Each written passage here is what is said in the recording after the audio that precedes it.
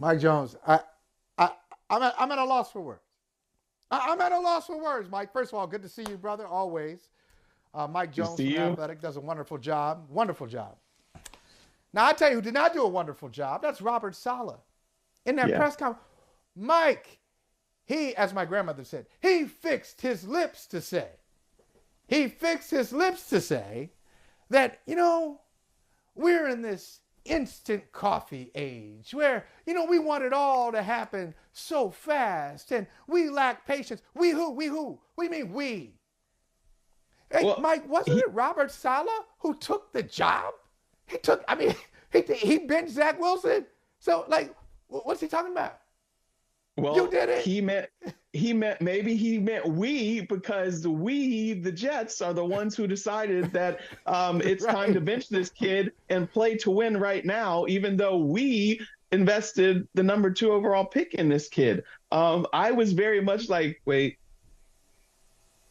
just like Hold on. you, Right. because it's like you weren't saying this a couple weeks ago when you pulled the plug on this guy. You weren't saying this when you saw that he needed more seasoning and was not ready to be a starter, and maybe should have had another veteran, playing ahead of him. And then now all of a sudden it's being nitpicked and things like that. Dude, you created this environment. You created this monster, and your locker room's part of it too, embracing Mike White and, cheering and everything. Like, the win now expectation was inside your whole organization. So you guys were not realistic with yourself. Don't lump us in on that. Yeah, the media asked Yeah. questions and things like that, but you decided to play him and you decided to bench him. So don't try to put it on us. Yeah, exactly. And I love the instant coffee line. I said yesterday, Robert Saleh, you are Mr. Coffee. I mean, you're the Right. one. Yeah, you are the ringleader of this whole thing. You and General Manager Joe Douglas. Now, and I like the Jets and I like their young core. I want futures. I got futures bets on the Jets, Jaguars, and Lions. I love all those teams, but I would say that I think the Jets are going to pay the price they're the one team that went away from their young quarterback. Those top 5 quarterbacks in the NFL of the 21 draft, the Niners didn't go away from Trey Lance. Trey Lance got hurt. They went with him maybe even too soon, but they gave him the reins. Trevor Lawrence, obviously number 1 pick. They didn't go away from Trevor Lawrence. The Bears with Justin Fields. For a while, I was wondering, can Justin Fields throw the ball? I mean, he was looking bad. They stayed with him. And the Patriots, through thick and thin, Mac Jones, he got hurt. But once he got back, Bailey Zappi to the bench. Here's Mac. Are the Jets, either this year or down the road, do you think they may have to move on from Zach because that breach, that trust has been broken? Well, I think that we're not at the point of irreparable damage right now.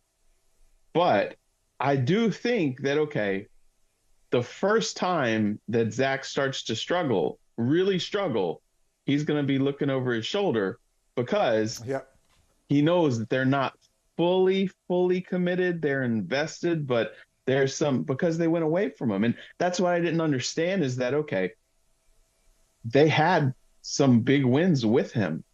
He did some good things against Buffalo when they pulled off that surprise win there. And yes, I know it was an up and down, but you've got a young quarterback and you've got young pieces. And they acted like they had a veteran roster that's ready to win the Super Bowl right now.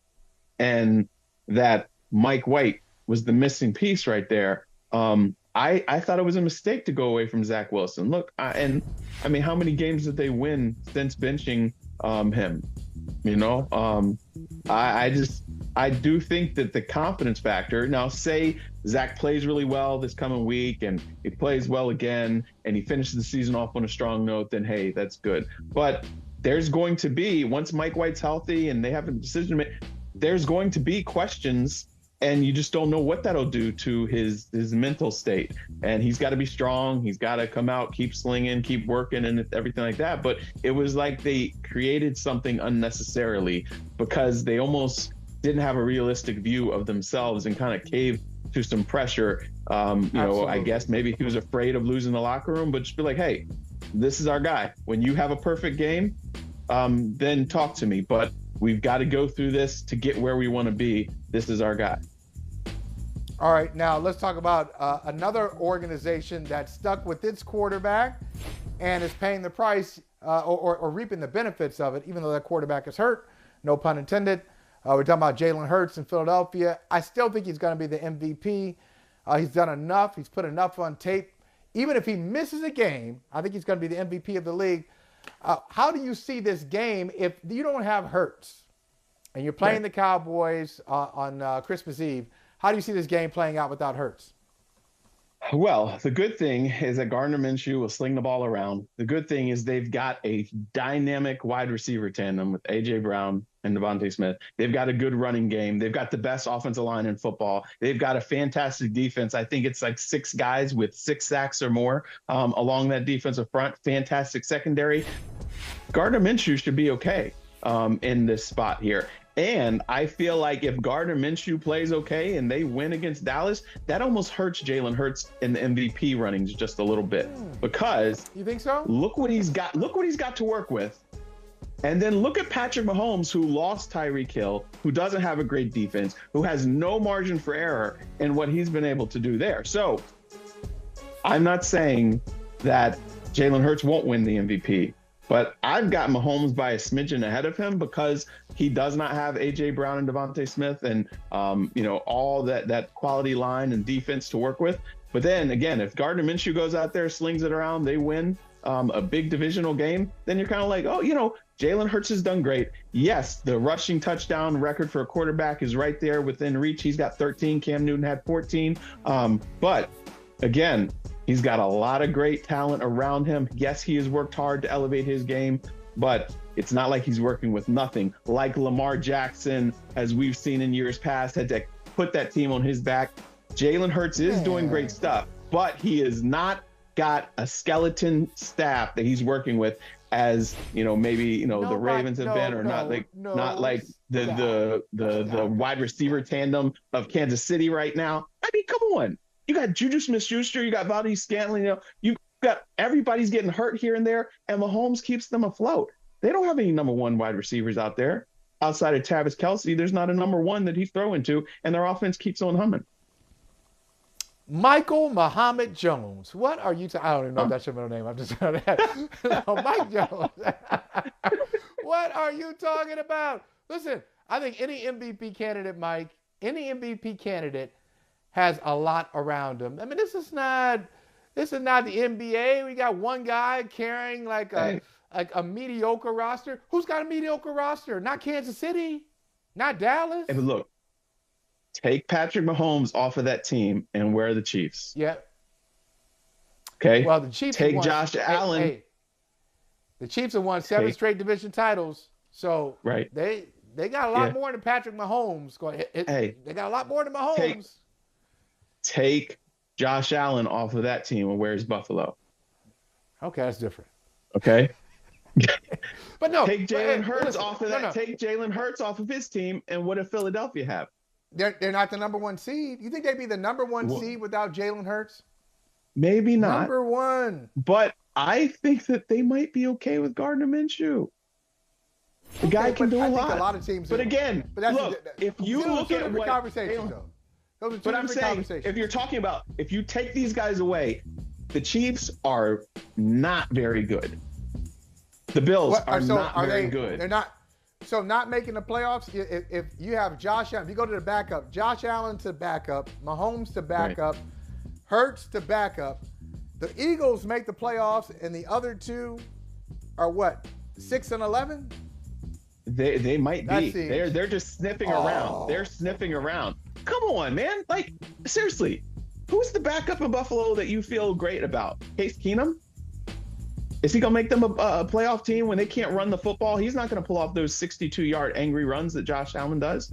I mean, that's right, man. How about that 44-yarder? Who's the backup to Mahomes? I mean, he's not going to do the stuff that he does, but you have a strong run game and a dynamic defense. You can still do a lot in Philadelphia. Now, again, Jalen Hurts, fantastic story, fantastic growth and everything, but I just have him a hair behind Mahomes in this MVP race, and I think that this week will show us a lot of how quality their depth is all around and the talent and everything. And we'll see without him what they're able to do against Dallas. See, now what This you're is the making me truth teller. do. This is the truth teller. This is the truth teller game. See, this is what you're making me do because I want Jalen Hurts to be the MVP. Now you're making me root against Gardner Minshew to elevate Jalen Hurts. And I don't like to live like that. I don't want to live in that space. Like I'm just going to hate on somebody because I want somebody else to thrive. But it's voters like you have made me do this. You've made me do this, Mike. I'm going to blame you. Anyway, I got one more question for you. Okay. And it surrounds the one and only Aaron Rodgers. And I put in the feed that Aaron Rodgers is going to have some regrets after this year. They're 6-8. They beat the Rams last night, Monday Night Football. And I think the regrets that he'll have is not really being invested sooner in these wide receivers and working with them sooner and coming around to the OTAs and making sure they were on board. Because you know what? These guys look pretty good now. The young receivers that he called out earlier in the year, they look pretty good. And if he had been around, hey, maybe they got 2 more wins. Maybe they're 8-6 instead of 6-8 and firmly in the NFC playoff mix. What do you think? No, I agree with you there because, I mean, it took their wide receivers basically half a season to figure out what Rodgers wanted from them. I did not hear about Aaron Rodgers holding any passing camps, down in the islands or some sunny, warm place in the offseason to get on the same page with his young wide receivers. You don't hear stuff about him going out of his way to elevate their game and to work on that chemistry. Now they definitely are on the same page, and it's great for them. But I agree with you, there will be regrets. I mean, I think that one of his regrets will be not standing on the table for Davante Adams, but then the other one is, not really working to get these kids coached up at the rate, because we're seeing it now. It just, could you have done something? For sure. 100% agree with you. You are so wrong on the MVP talk, but you are spot on with this observation right here. And now, and I just thought of this. on the MVP thing. So this is what you made me do. So Mike, I thought you were a man of peace. I thought we were vibing. I thought we were cool. So now you've made me root against Gardner Minshew, and I also have to root against Patrick Mahomes because Mahomes is your leader by, what'd you say, by a smidge? What word did you use? Maybe it was a smidge, a hair, a titch, something like that. I can't remember what it said. Something. But yeah, so something now, neither one of us have. That's right. Now I got to hate on Mahomes and Minshew. Anybody else?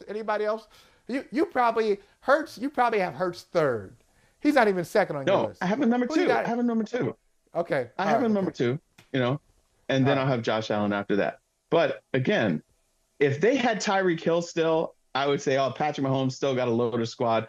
Jalen Hurts, go. But losing what he did and the revolving door, all the injuries that they've dealt with at the skill position that, and they're still, and the way that their defense is so Dr. Jekyll, Mr. Hyde, and they're out there, I know you can argue he lost to Josh Allen, lost to Joe Burrow, but still, Mahomes. And Joe Burrow should be in the conversation too. He should be, because he's got an awful offensive line that he's working with, and he's had injuries that he's dealt with as well.